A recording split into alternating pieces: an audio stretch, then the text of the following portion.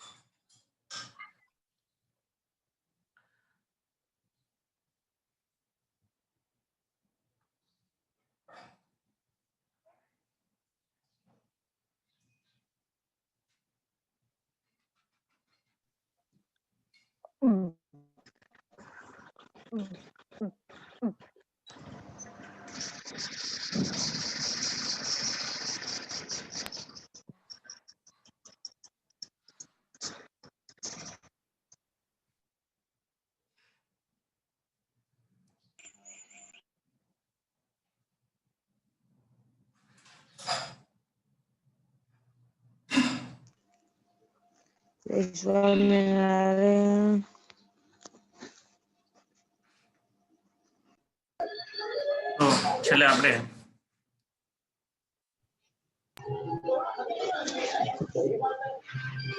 बात करता था सरळावत गति અને કુલ દોલનો।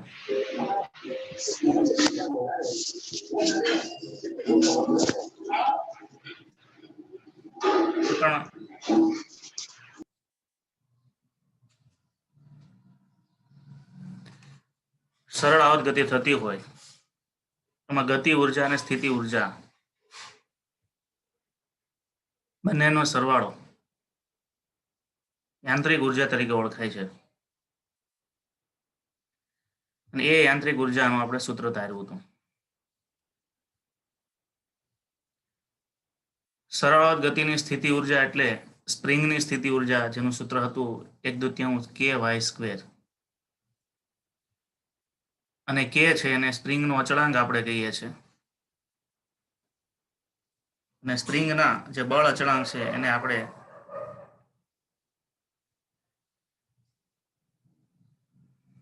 કે તરીકે ઓળખીએ છીએ, જેની મદદથી પુનઃસ્થાપક બળ પણ નક્કી થાય અને કે બરાબર m⍵² પણ મૂકી શકીએ। કે બરાબર શું મૂકી શકાય? m⍵²। જે ઓમેગા છે કોણે આવૃત્તિ છે એટલે કે સ્થિતિ ઊર્જા અને ગતિ ઊર્જાનો સરવાળો કર્યો તો આપણને જવાબ મળ્યો કુલ ઊર્જા 1/2 m⍵²।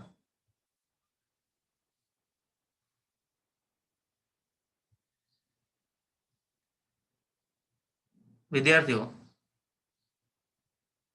આજે જવાબ છે બતાવે છે કે સરળ ગતિમાં કુલ ઊર્જા અચળ રહી, ગતિ ઊર્જા વધે તો સ્થિતિ ઊર્જા ઘટે છે, સ્થિતિ ઊર્જા વધે તો ગતિ ઊર્જા ઘટે છે, કુલ ઊર્જા છે અચળ રહે છે એવું આપણે સાબિત કર્યું હતું।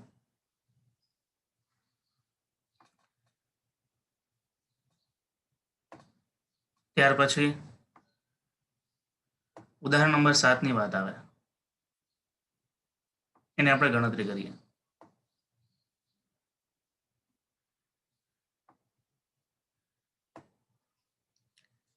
રકમ જોઈએ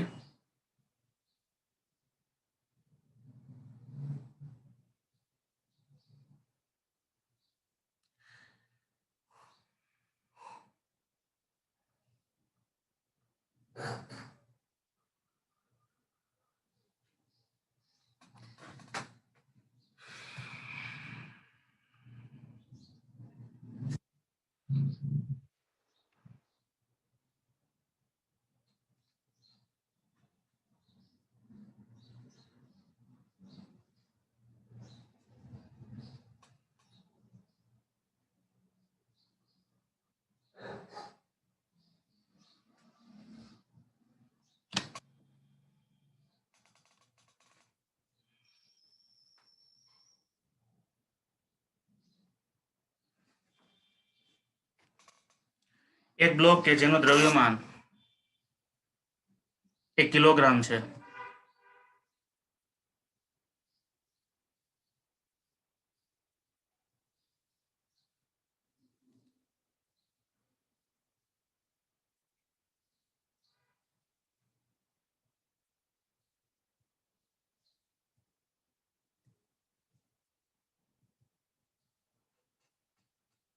તેને સ્પ્રિંગ સાથે બાંધેલ છે.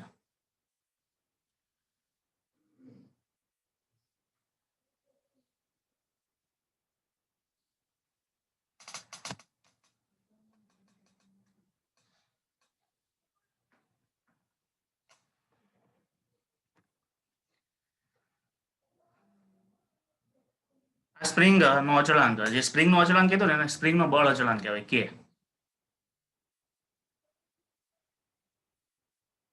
5 ન્યૂટન પ્રતિ મીટર છે. આ બ્લોકને ઘર્ષણ રહિત સપાટી પર t બરાબર 0 સમયે એક સંતુલન સ્થાન x બરાબર 0 આગળ સ્થિર કરેલો છે.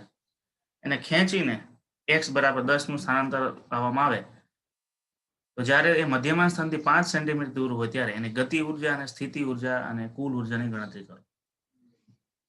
કેટલો ખેંચી શકાય છે મહત્તમ? 10 સેન્ટીમીટર ખેંચી શકે, એટલે કંપ વિસ્તાર થયો 10. પણ હવે મધ્યમાન સ્થાનથી જ્યારે 5 પહોંચ્યો હોય ત્યારે કેટલું?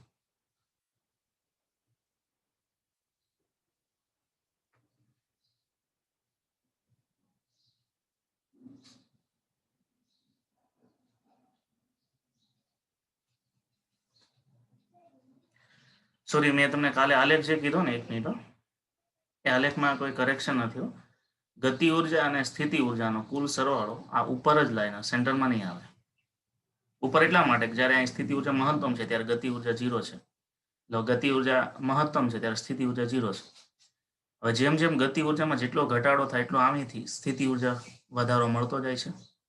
જેટલો ગતિ ઉર્જામાં ઘટાડો એટલો સ્થિતિ ઉર્જામાંથી મળી રહે, એટલા માટે કુલ ઉર્જા ક્યારેય બદલાતી નથી. કુલ ઉર્જાને સતત સરળ આમની ચાલ્યા કરે છે. એટલે આ વસ્તુ ધ્યાન રાખવાની છે. હું તમને કહ્યું કે આ સરવાળો સેન્ટરમાં લેવાનો એ ભૂલ છે. એ રીતે નહીં કરતા. આ જે આપ્યું છે ને બરાબર છે. બરાબર, મારે થોડુંક મિસઅન્ડરસ્ટેન્ડિંગ થઈ ગયું. અને એ આલેખ પાછું તમારી બુકમાં આની જરૂર નથી. આ બતાવ્યો છે એ જ છે. અને અહીંયા એવું બતાવે છે બેનો સરવાળો કુલ ઉર્જા અચળ રહી એ માટેની સાબિતી. ફરીથી આપણે દાખલામાં આવો તો કોણીય આવૃત્તિ, માનો કે આ છે, તો કોણીય આવૃત્તિ ઓમેગા કેટલી એ આપણે ગણવી પડે. કારણ કે ગતિ ઉર્જા અને સ્થિતિ ઉર્જા બે ગણવાના છે, કુલ ઉર્જા ગણવાની છે, એટલે એમાં ઓમેગાની જરૂર તો પડશે. સોલ્યુશનમાં જુઓ, m બરાબર 1 કિલોગ્રામ છે, k બરાબર 50 ન્યૂટન પ્રતિ મીટર છે, a બરાબર 10 0.1 અને x બરાબર 5 એટલે 0.05 મીટર. ઓમેગા સ્ક્વેર બરાબર k અપોન m. ઓમેગા બરાબર √k/m. તો ઓમેગા બરાબર થયું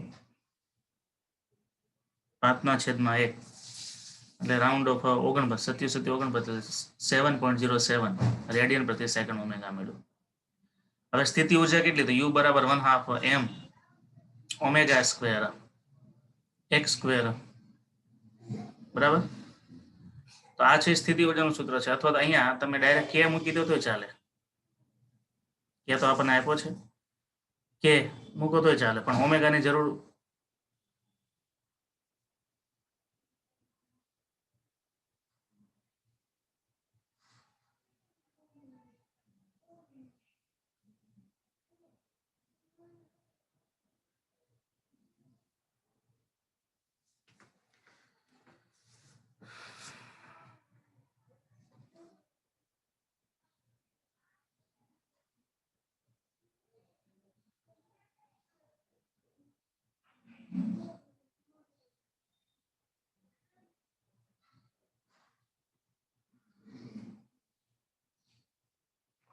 સ્થિતિ ઉર્જાનું આપણે સૂત્ર મળ્યું એ પ્રમાણે આપણે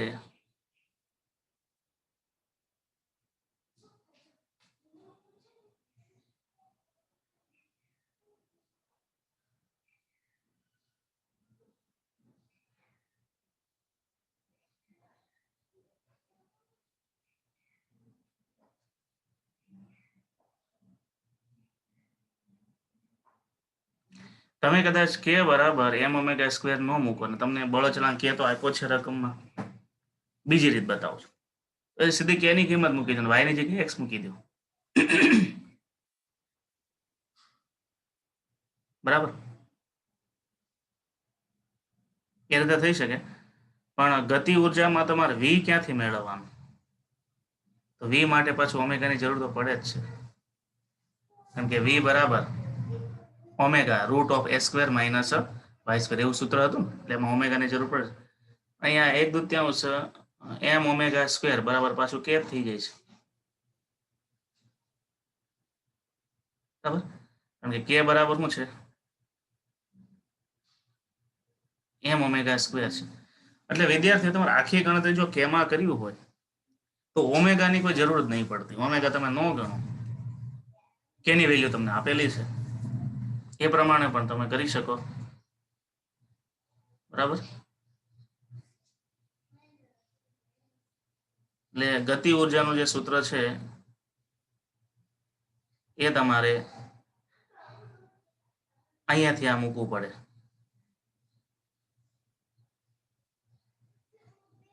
થઈ શકે, બે રીતે થઈ શકે. ઓમેગાની ગણતરી કરો તો થાય, અને ઓમેગાની ગણતરી ન કરો તો એમ વી સ્ક્વેર, વી બરાબર શું થાય, આર ઓમેગા થાય. તો પાછું ત્યાં આર આપ્યું નથી,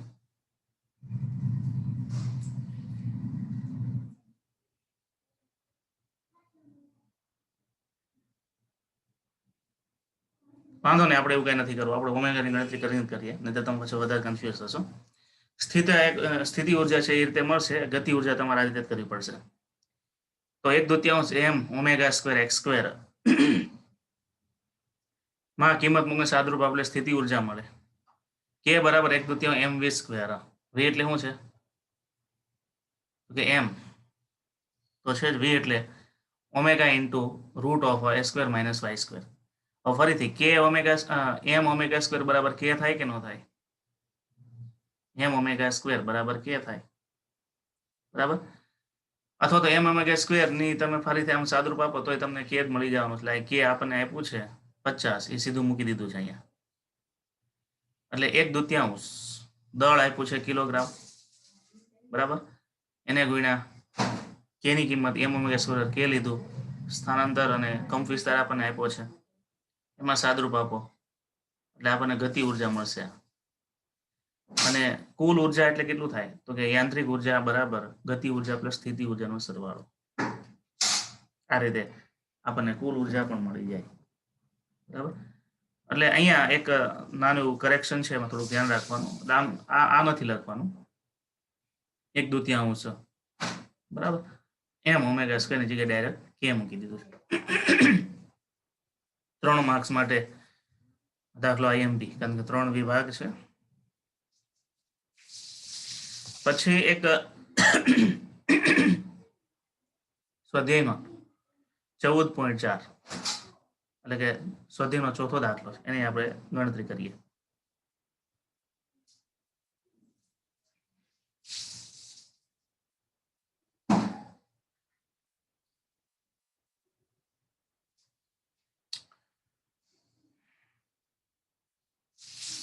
નીચે આપેલ વિધેયોમાંથી કયા સરળ આવર્ત ગતિ છે? બીજું, આવર્ત પરંતુ સરળ આવર્ત ગતિ ન હોય. અને બિન આવર્ત ગતિ હોય. આવર્ત ગતિના દરેક કિસ્સામાં આવર્તકાળ આપો. જે આવર્ત ગતિ હોય કે સરળ આવર્ત ગતિ હોય એના માટે આવર્તકાળ ગણવાનો છે.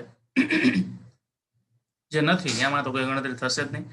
આ બધા વિધેય આપ્યા છે, એ બધા વિધેયને આપણે ગણતરી મૂકતા જઈએ. પેલું છે sine omega T minus cos omega T. તો y બરાબર sine omega T minus cos omega T થશે. 1/2 વડે ગુણો એટલે 1/2 sine omega T 1/2 cos omega T, બરાબર. હવે 1/2 ની જગ્યાએ શું મૂકી શકાય? કોસ પાઈ બાય 4 મૂકી શકાય, ઇન્ટુ સાઇન ઓમેગા ટી મૂકી શકાય. અહીંયા 1/2 ની જગ્યાએ સાઇન પાઈ બાય 4 મૂકી શકાય, કોસ ઓમેગા ટી મૂકી શકાય, બરાબર. તો cos alpha sine beta minus sine alpha cos beta નું સાદરૂપ શું થાય તો કે સાઇન આલ્ફા માઇનસ બીટા, બરાબર. Sine alpha minus beta. તો આ જે સમીકરણ છે એનું સ્વરૂપ આ થયું root sine alpha minus beta, એટલે કોના જેવું થયું? જે y બરાબર a sin omega t plus phi સાથે સરખાવતા આ જે છે એ કયું થયું? સરળ આવર્ત ગતિ દર્શાવે. આવો જ એક ઉદાહરણ હતું આપણે આગળ બીજું, કદાચ એમાં આ ટાઈપનું જ કંઈક આવે છે. એનું કેલ્ક્યુલેશન આમાં કર્યું નથી. એ કરાયું હતું ઉદાહરણ 2 આપણે આગળ બાકી રાખ્યું હતું.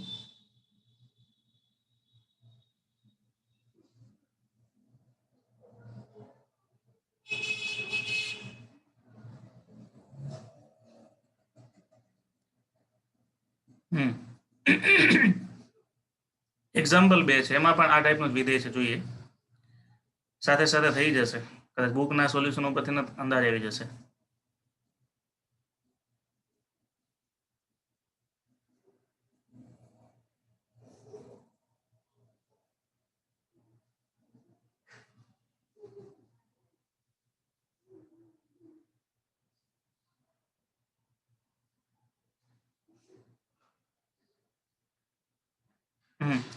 એમાં sine alpha plus sine omega T plus cos omega T વાળું છે. આમાં પણ એવું કરી શકો, રૂટ વડે ગુણો, રૂટ વડે ભાગો, અને એ રીતે થઈ શકે. આને આ રીતે લખી શકાય. એ આ રીતે કેમ લખાણું હોય એની રીત આપણે જોવી પડે. એટલે શક્ય હશે તો ચલો એવું કરીશું, તમને આનું બીજા ઉદાહરણનું આની સાથે તમને નોટ્સ આપી દઈશ, એટલે તમારે લખવામાં એક સાથે બધા લખાઈ જાય. સ્વાધ્યાયની જે રીત છે એના ઉદાહરણની જે રીત છે બે એક સાથે લખાઈ જાય. બરાબર, એવું આપણે કંઈક વિચારીએ.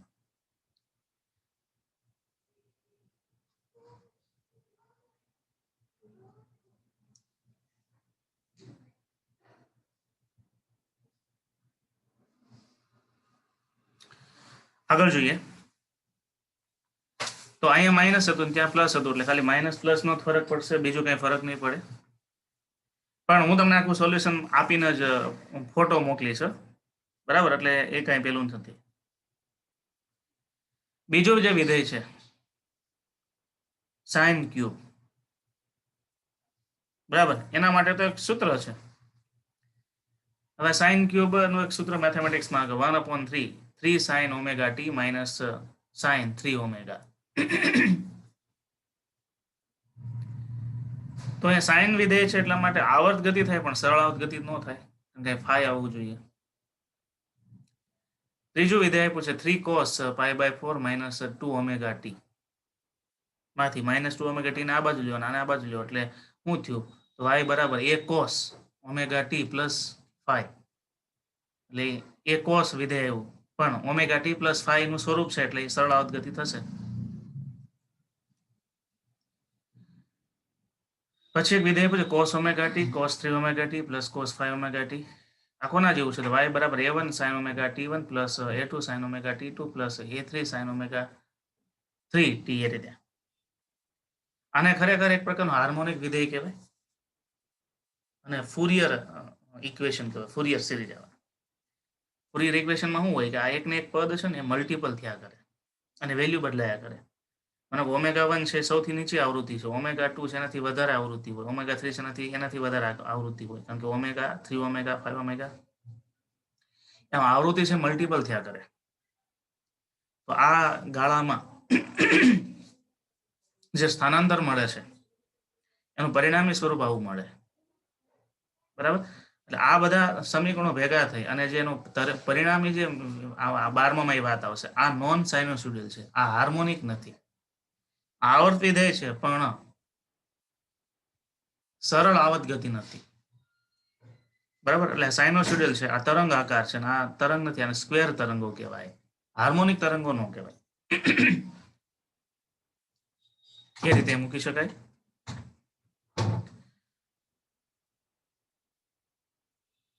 y બરાબર exponential minus omega square T square વાળું કોઈ વિધેય હોય તો એનો આલેખ આ રીતે આવે. આને આપણે સાદુરૂપ આપીએ એટલે e બરાબર e raise to omega square T square એવું થાય. e ની વેલ્યુ છે 1.7 લેવાની અને માઇનસ એને નીચે લીધો 1 e raise to omega square T square. એટલે શું થાય? તમે ટી જેમ સમય વધારો એમ શું થાય? e રેસ ટુ ની વેલ્યુ વધે, e રેસ ટુ ની વેલ્યુ વધે એટલે 1/e માં શું થાય? ઘટાડો થાય. એટલે y માં ઘટાડો થાય. અહીં ભૂલ છે. આ આલેખ અહીંથી આમ આવે. આમ એક સુધારો કરી નાખવાનો. અહીંથી આમ વધતા નહીં. t બરાબર 0 સમયે e⁻0 અને e⁻0 એટલે શું થાય? 1 થાય. 1/1 એટલે શું થાય? મેક્સિમમ થાય. એટલે વેલ્યુ મેક્સિમમ થાય. પ્રારંભની વેલ્યુ મેક્સિમમ થાય. બરાબર. પછી જેમ સમય વધતો જાય એમ એક્સપોનેન્શિયલી આ વેલ્યુ આમ ઘટતી જાય. એટલે આલેખમાં એ સુધારો કરજો. આ રીતે આ રીતે ઘટતા ક્રમમાં આવશે 1/. આ રીતે આલેખ દોરીને મને બતાવો તમારા રફમાં, હું જોઈ લઉં. ઘટતા ક્રમનો આલેખ કલસરિયા.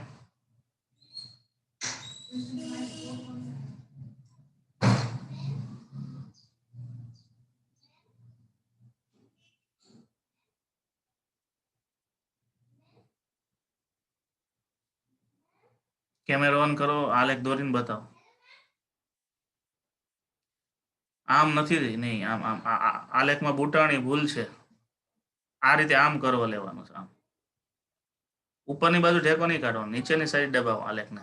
તો દોર્યો બરાબર છે પણ કર્વ એનો ચંદ્રાકાર આવે. આ કલસરી જે રીતે મૂકી દે, થોડોક વ્યવસ્થિત શેપ આપવાનો. આ રીતે નહીં, આમ ચર ઘાતાંકી એટલે એમ વ્યવસ્થિત શેપ આપવાનો, અર્ધચંદ્રાકાર શેપ આપવાનો. આમ સીધી લાઈન નો આવે, રેખીય સંબંધ નહીં મૂકવાનો. અને આ અહીંયા ટચ ન થવી જોઈએ. ચર ઘાતાંક હોય ને આવી રીતના આ રીતે આલેખ આવે. એટલે આવર્ત ગતિ નથી. સમય વધે એમાં મૂલ્ય ઘટતું જાય. અને આવર્ત ગતિ ન કહેવાય, સરળાત ગતિ પણ ન કહેવાય. સરસ, લો આગળ જઈએ. આ રીતે વિદ્યાર્થીઓ આલેખ છે એ દોરવાનો. એટલે એ એક ત્યાં કરેક્શન કરી નાખજો. બરાબર.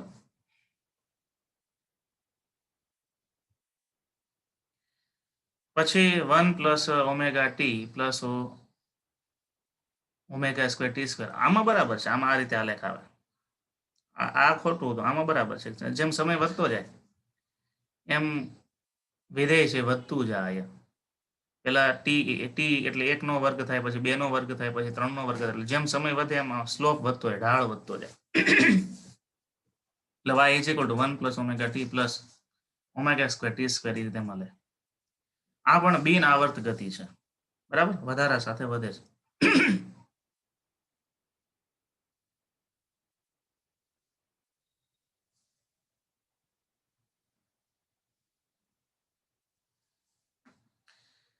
સ્વાધ્યાયનો 5મો દાખલો હોમવર્કમાં આપ્યો હશે. જે હોમવર્કમાં બાકી જ છે એ દોર્યું નથી.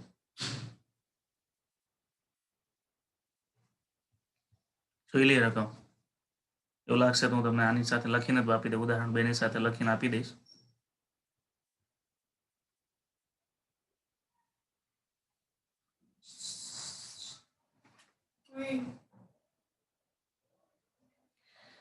એક કણ 10 સેન્ટીમીટર દૂર એવા બિંદુએ A અને B વચ્ચે રેખીય સરળાવત ગતિ કરે છે. તો A થી B ની દિશા અને ધન લ્યો. વેગ, પ્રવેગ અને બળની સંજ્ઞા આપો. જ્યારે કણ A છેડા ઉપર હોય, B છેડા ઉપર હોય, AB ના મધ્ય બિંદુ પર હોય, B થી 2 સેન્ટીમીટર દૂર હોય, A તરફ જતો હોય, A થી 3 સેન્ટીમીટર દૂર B તરફ જતો હોય, B થી 4 સેન્ટીમીટર દૂર A તરફ જતો હોય. ટૂંકમાં એક કણ એકબીજાથી 10 સેન્ટીમીટર દૂર હોય એવા બિંદુ ઉપર ગતિ કરે. એટલે આપણે બે બિંદુઓ વચ્ચે માનો કે અંતર છે 10 સેન્ટીમીટર, એની વચ્ચે કોઈ સરળાવત ગતિ કરે છે. હવે A થી B તરફની દિશા છે એને ધન લેવાની છે. અને એના આધારે આ બધી વેલ્યુ આપવાની છે કે ક્યાં વેગ 0 હોય, ક્યાં પ્રવેગ 0 હોય, ક્યાં બળ હોય. પ્રવેગ હોય રીતે બળ આવશે, ખાલી વેગ જોવાનો છે. તો વેગ છે સ્થાનાંતર ઉપરથી નક્કી થાય. આપણે સ્થાનાંતર જોવા માટેનું સ્થાન ક્યાં છે જોવું પડે. બરાબર. તો આ મધ્યમાન સ્થાન. બરાબર. અને બે વચ્ચેનું અંતર કેટલું છે? 10 છે. અને A થી B તરફ જાવ એને આપણે ધન ગણવાનું છે. અને આમાં એ સરળાવત ગતિ કરે છે. સમજો વિદ્યાર્થી શું કરે કે એને 0 ઉપર મૂકે પછી B ને 10 ઉપર મૂકે. એમ નથી. 0 થી બંને બાજુ 5 5 જેટલું અંતર, એટલે ટોટલ બે વચ્ચેનું અંતર 10 થયું. એ થી બી ની દિશાને ધન લેવાની, તો બી થી એની દિશા છે આમ ઋણ ગણાય, અથવા મધ્યમાં સ્થાનથી આ ઋણ ગણાય, ધન ગણાય. હવે આના આધારે તમારે નક્કી કરી નાખો, જ્યારે કણ અહીંયા હોય ત્યારે y બરાબર -5 લેવાનો, અહીંયા હોય તો y બરાબર +5 લેવાનો, આ બેની વચ્ચે હોય તો 2.5 લેવાનું. અને y મળી જાય, કંપ વિસ્તાર આપ્યો છે તો વેગ મળી જાય, વેગ મળી જાય તો પ્રવેગ મળી જાય. એટલે હોમવર્કમાં થઈ શકે, બરાબર. છતાં પણ કોઈ સાહિત્યમાં સોલ્યુશન હોય કલસરિયા તો ઓલો ફોટો પાડીને મોકલજે. આપણે પેલા મને સોલ્યુશન આપ્યું હશે બુકમાં, કુમાર પ્રકાશનમાં. મારી રીતે એમાં કોઈ સોલ્યુશન હશે તો હું પણ મોકલીશ. સ્વાધ્યાયનો 6થો દાખલો જોઈએ.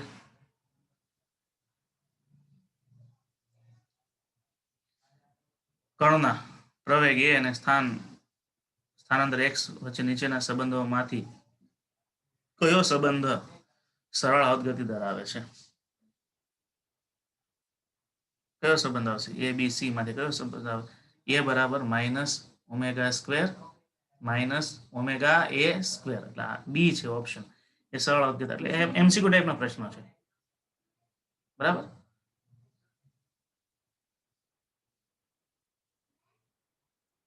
સોરી, એ બરાબર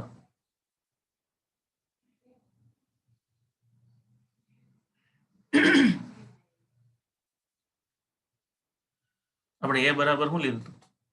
ω²x. તો એ બરાબર ω² ω(x²) નહીં, ω²x લીધું હતું પ્રવેગનું સૂત્ર. એના આધારે આ જે સી આન્સર છે આવે. એ શું કામ ન આવે? ઋણ નથી, ઋણ પણ આવું છે, -ω(x²) એ રીતે સંબંધ આવો છે, -ω(x²). અરે સોરી, -ω²x. પછી વિદ્યાર્થીઓ સ્પ્રિંગ માટે શ્રેણીને સમાંતર જોડાણ, જે ઉદાહરણ નંબર 5 ની રીત આવે છે. એટલે એની થિયરી આપણે કાલે કરીશું, આખી તમને થિયરી સમજાવીશ. એની સાથે સાથે આપણે ઉદાહરણ નંબર 5 પણ ગણાઈ જશે, અને ઘણા બધા પ્રેક્ટિસ માટેના પણ પ્રશ્નો એમાં આપ્યા છે. સ્વાધ્યાયના પ્રશ્નો પણ આની સાથે સાથે લઈ લીધા છે, બરાબર. એ બધી વાત આપણે કાલે કરીએ. અત્યારે 9:15 તમારે આગળનો કોઈ ક્લાસ છે, મારે પણ ક્લાસ છે, અહીંયા આપણે પૂરું કરીએ. તો ઉદાહરણ નંબર 2 મને ખાસ યાદ કરાવજો, સાંજ સુધીમાં વોટ્સએપથી મેસેજ કરી ઉદાહરણ નંબર 2 નું સોલ્યુશન મોકલવાનું છે. એટલે શું થાય, એ ઉદાહરણ નંબર 2 છે તમારે આજની નોટ્સમાં સ્વાધ્યાયના દાખલાની સાથે સાથે જ લખાઈ જાય, બરાબર. આ સ્વાધ્યાયના દાખલાની રીત અને ઉદાહરણની રીત બે ઇક્વલ છે, સાથે સાથે જ લખાઈ જાય, બરાબર. અહીંયા આપણે પૂરું કરીએ. જય સ્વામિનારાયણ.